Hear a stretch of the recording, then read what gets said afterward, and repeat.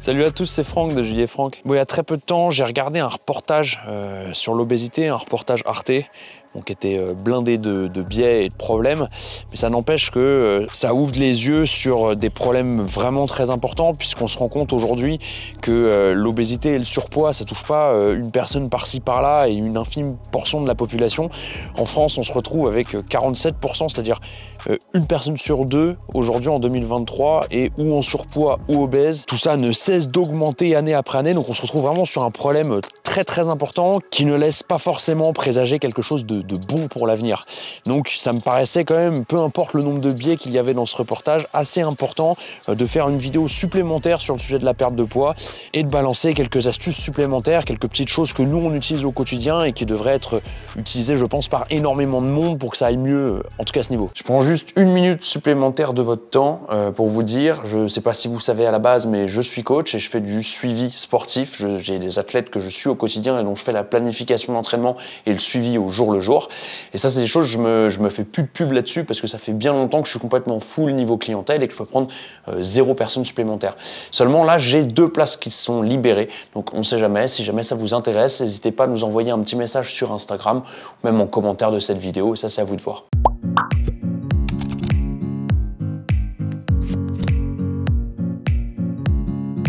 Avant même d'aller plus loin, et je vous le demande souvent en fin de vidéo, mais pour une fois ce sera au début, pensez à vous abonner si jamais le contenu vous plaît, pensez à liker les vidéos si jamais ça vous plaît, c'est tout ce genre de choses qui nous fait du bien et nous fait avancer au quotidien. Pour décortiquer cette vidéo qui va être autour de la perte de poids, on va attaquer dans une première partie tout ce qui concerne l'alimentation, puis dans une seconde partie tout ce qui concerne l'hygiène de vie, l'activité physique, le sport, etc. Mais avant même de passer à ces 2 parties-là, sachez que pour nous, s'il y a bien un pilier essentiel de la perte du poids, puis même du bien-être en général, ça va être le métabolisme et la relance du métabolisme. Seulement, je ne vais pas faire une vidéo supplémentaire aujourd'hui là-dessus. J'en ai déjà plusieurs sur la chaîne qui en parlent. Et puis avec Julie, on a aussi un online course qui vous permet de vous former là-dessus pour réussir à reprendre les clés, les rênes de votre corps. D'ailleurs, si jamais c'est quelque chose qui vous intéresse, sachez que les liens sont en description de la vidéo. Je voulais aussi vous dire que tout ce que je vais vous donner comme astuce, il est primordial que ça fasse partie d'un changement de vie.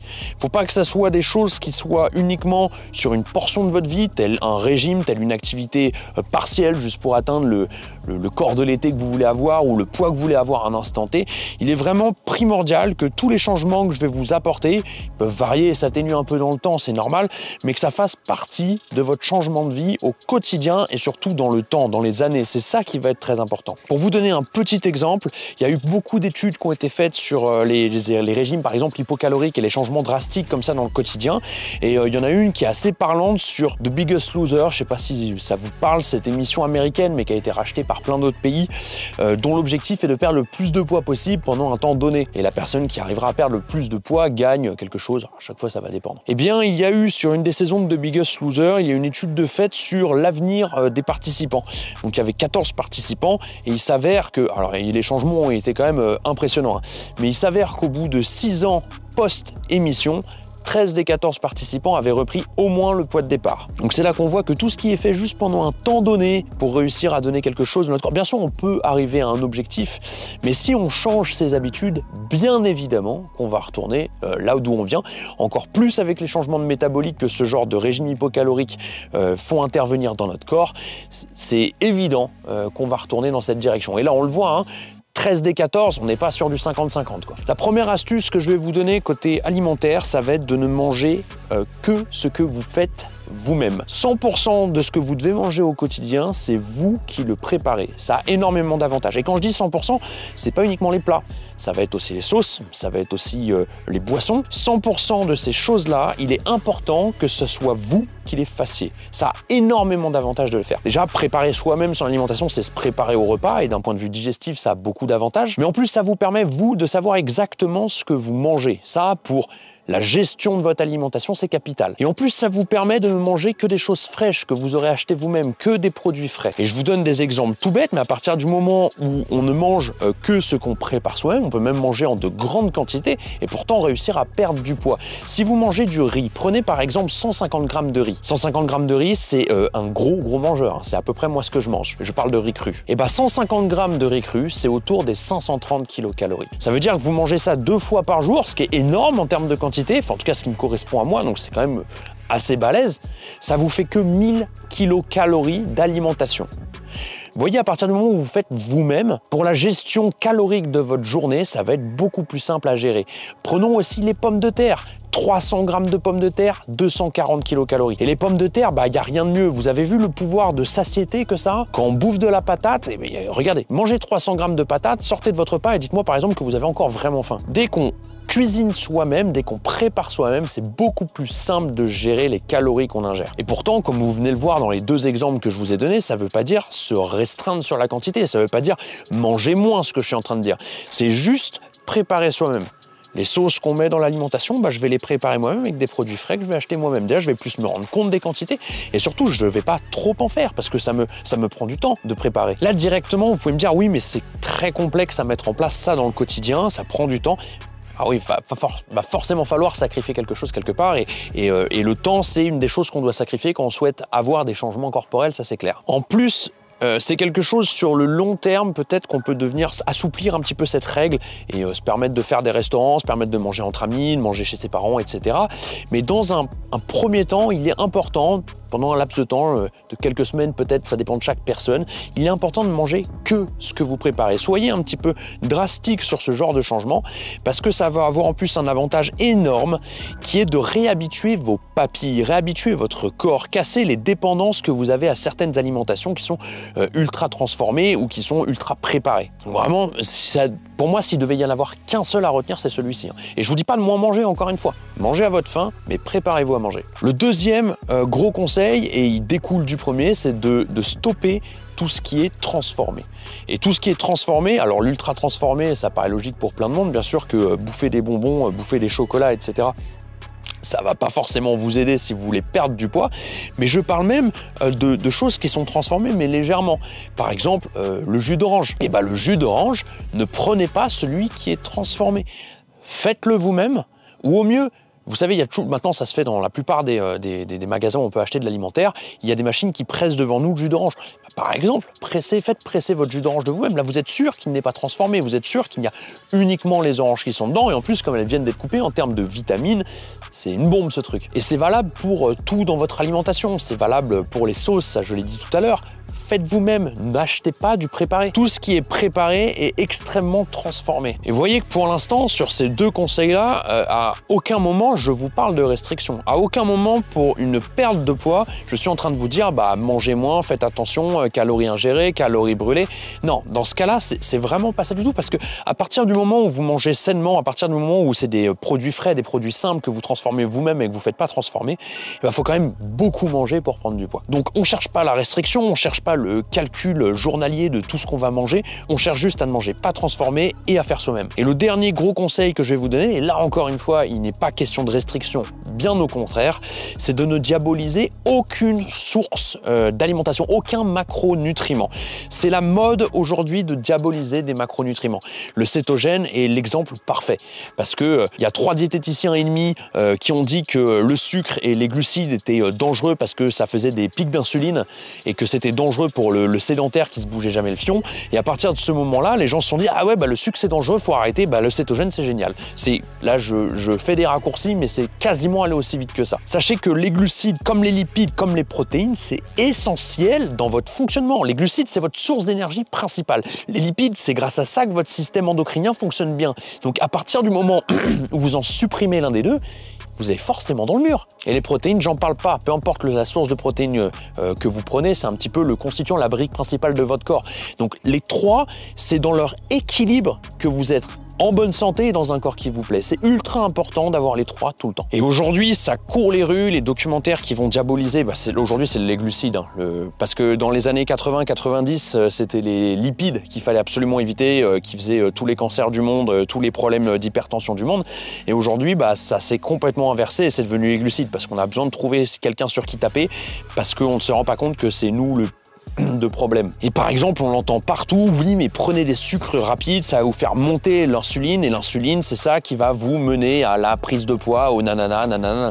Écoutez, ce qui est parfaitement logique, c'est que si jamais vous ne bougez jamais vos fesses, mais ça on en revient sur la deuxième partie, que vous faites aucun sport et que vous mangez des sucres très rapides toute la journée, le niveau d'insuline va venir monter, mais dans ce cas-là, l'insuline, c'est pas elle le coupable, parce que si vous n'avez pas d'insuline, ça c'est le genre diabète de type 1, hein, votre sang, ça va devenir une putain de grenadine et vous allez avoir des problèmes de fou furieux et en mourir. Donc bien sûr que vous allez prendre du poids, mais ça c'est une conséquence de ce que met votre corps en place pour réussir à vous sauver avec l'insuline. Donc le problème ne vient pas forcément du fait qu'il y ait du sucre et donc ça crée de l'insuline, ça vient du problème qu'il y ait trop de sucre, pas assez d'efforts, donc ça crée de l'insuline. Vous voyez, c'est très important de stopper les diabolisations et de se dire juste je débranche mon cerveau, je mange équilibré, je mange de tout et ça va bien aller. Et d'ailleurs ça me donne une bonne transition pour cette deuxième partie où je vais vous parler de l'hygiène de vie et de l'activité en général, parce qu'on essaye de diaboliser un maximum l'alimentation qu'on a pour la responsabiliser, nous déresponsabiliser, nous victimiser même et responsabiliser l'alimentation et l'industrie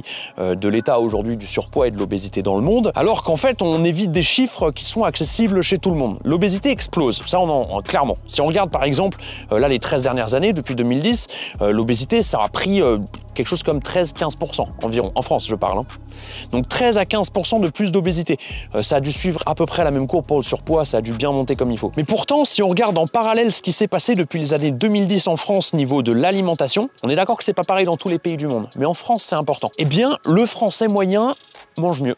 Le Français moyen mange plus de produits frais, moins de produits transformés, moins de produits avec des additifs importants et du sucre. Il va faire beaucoup plus attention à ce qu'il mange. Regardez le nombre de choses qui vont être d'origine biologique, avec moins d'additifs dans ce que vous mangez. Regardez le nombre de propositions que vous avez dans ce que vous pouvez acheter dans peu importe le supermarché. Ça, avant les années 2010, ça n'existait quasiment pas, et revenez encore plus en avant, ça n'existait pas du tout. Aujourd'hui, on mange quand même beaucoup mieux qu'avant, et ça fait 10 ans qu'on mange de mieux en mieux. Et pourtant, on a pris presque 15% d'obésité. Comment on peut justifier ça si on garde la théorie de tout est à cause de l'industrie qui nous fait manger de la merde? Pourtant, sur ce même laps de temps, on a pris environ, par exemple, 25% de plus d'exposition journalière aux écrans.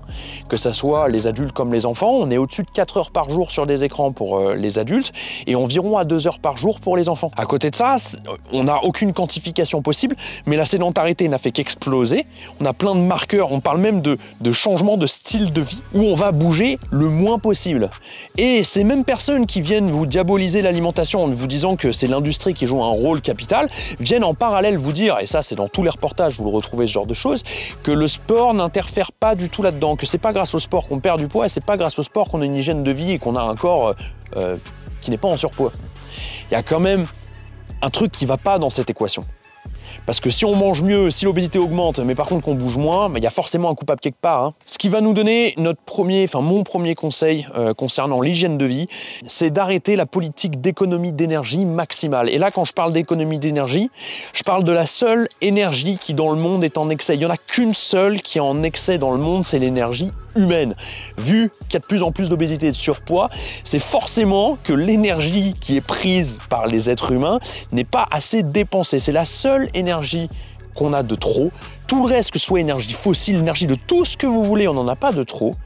Et pourtant, notre course actuelle, elle est dans le fait de la dépenser le moins possible. Vous allez vous retrouver avec, on avait des trottinettes mécaniques, des trottinettes électriques, des vélos mécaniques, on va avoir des vélos électriques, on va avoir des motos électriques, on va se bouger le moins possible le cul et trouver même pour des tout petits déplacements des moyens de dépenser le moins de calories possible, des moyens de rester sédentaire tout en bougeant. C'est quand même fou, alors que c'est un problème sanitaire d'ordre mondial et en plus, ça résolverait aussi une partie de la crise énergétique qu'on a aujourd'hui. Juste se bouger le cul. Donc à partir de ce moment-là, on peut prendre soi-même quelques conclusions et se dire que dans son quotidien, on va faire des efforts, que ce soit pour nous ou pour les autres, de juste un peu plus bouger. De marcher par exemple pour aller faire les courses quand on prend la voiture à chaque fois.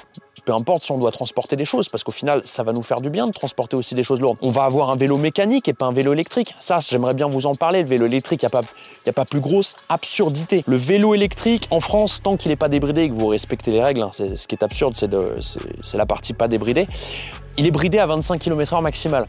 Un vélo mécanique, ça roule plus vite, c'est-à-dire que vous allez avoir une assistance électrique pour ne pas pouvoir rouler aussi vite qu'un vélo normal. Si vous dépassez les 25 km/h, étant donné que les batteries que vous avez dans votre vélo l'alourdissent énormément, vous n'arriverez pas à aller à 27, 28, 29 km/h parce que le vélo est beaucoup trop lourd pour ça et ça sera 100% vos jambes pour aller plus vite que ça. Donc en fait, on se retrouve, et c'est là où c'est aussi absurde, on se retrouve avec un truc qui va aller moins vite que le vélo. La trottinette électrique va aussi moins vite que le vélo. Donc c'est pas une question de se déplacer rapidement, ça va aller moins vite, mais dans le seul objectif de dépenser le moins de calories possible. Alors qu'on a un putain de problème de non-dépense de ces calories. Donc dans votre quotidien, essayez de repenser votre quotidien pour être plus mobile, pour avoir plus d'activité au quotidien. Et je ne parle pas que de sport, hein. Votre activité générale est importante.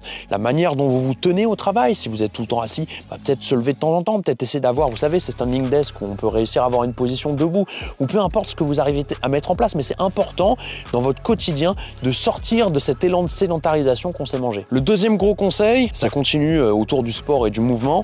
Si vous avez du mal à perdre du poids, il est essentiel de pratiquer un moment du renforcement musculaire. Ça, on en parle dans notre online course, on en parle dans les vidéos de relance métabolique et tout le monde en parle d'ailleurs sur ce principe-là. Même aller voir des médecins, des endocrinologues qui traitent par exemple le diabète, tout le monde vous parlera de ça.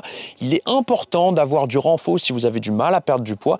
C'est une des clés de la relance du métabolisme. Et le métabolisme, c'est ce qui vous permet de brûler au quotidien en faisant moins de choses.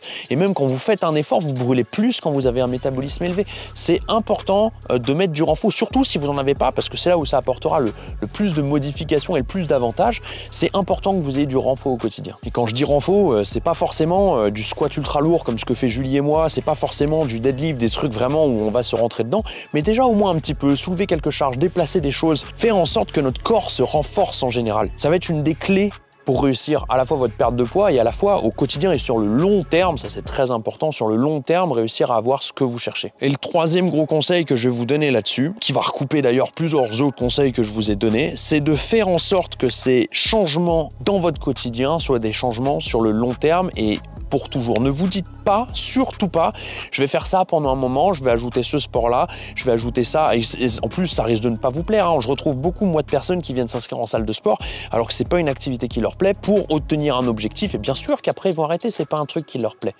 Donc il faut réussir à penser tous les changements que vous allez apporter dans votre quotidien pour qu'ils vous plaisent et donc que vous puissiez le faire sur le long terme. Par exemple la musculation, le renfort, je vous ai dit c'est très important le renfort, mais imaginons que c'est vraiment quelque chose que vous détestez profondément, il vaudra mieux dans ce cas-là, je sais pas, vous inscrire au badminton, je sais pas, faire de la course, faire des choses qui vous plaisent et vous bottent sur le long terme plutôt que vous imposer quelque chose qui durera que 6 mois et vous arrêterez. Je pourrais vous donner énormément d'exemples pour bien comprendre cet aspect-là et c'est capital que vous le compreniez bien, mais l'exemple typique pour moi, ça va être la cigarette. Imaginez quelqu'un qui a des gros problèmes de santé dus à la cigarette et qui va donc du jour au lendemain réussir à s'arrêter de fumer parce qu'il sait que s'il continue, là il fonce droit dans le mur. Et au bout de 6 mois, 1 an, peut-être 1 an et demi, quand il voit que sa santé commence à aller mieux, il reprend la cigarette. Bien évidemment que les problèmes vont revenir, bien évidemment que sa santé va à nouveau se détériorer, bien évidemment qu'il va à nouveau foncer droit dans le mur. C'est complètement logique. Et pourtant, ça paraît pas logique quand on parle d'alimentation.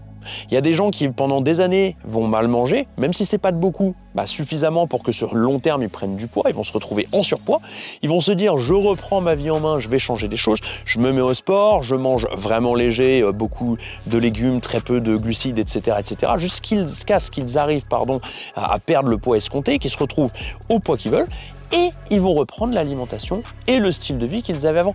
Qu'est-ce qui se passe dans votre corps à ce moment-là? C'est encore pire que la cigarette, c'est-à-dire qu'en plus le métabolisme a été ralenti, les kilos vont être pris et les gens vont aller encore plus loin en termes de prise de poids que le point où ils étaient partis tout simplement. Donc quand on compare ça à quelque chose comme de l'hygiène de vie, de la cigarette, on trouve ça un petit peu obvious, c'est pareil pour le reste de votre hygiène de vie.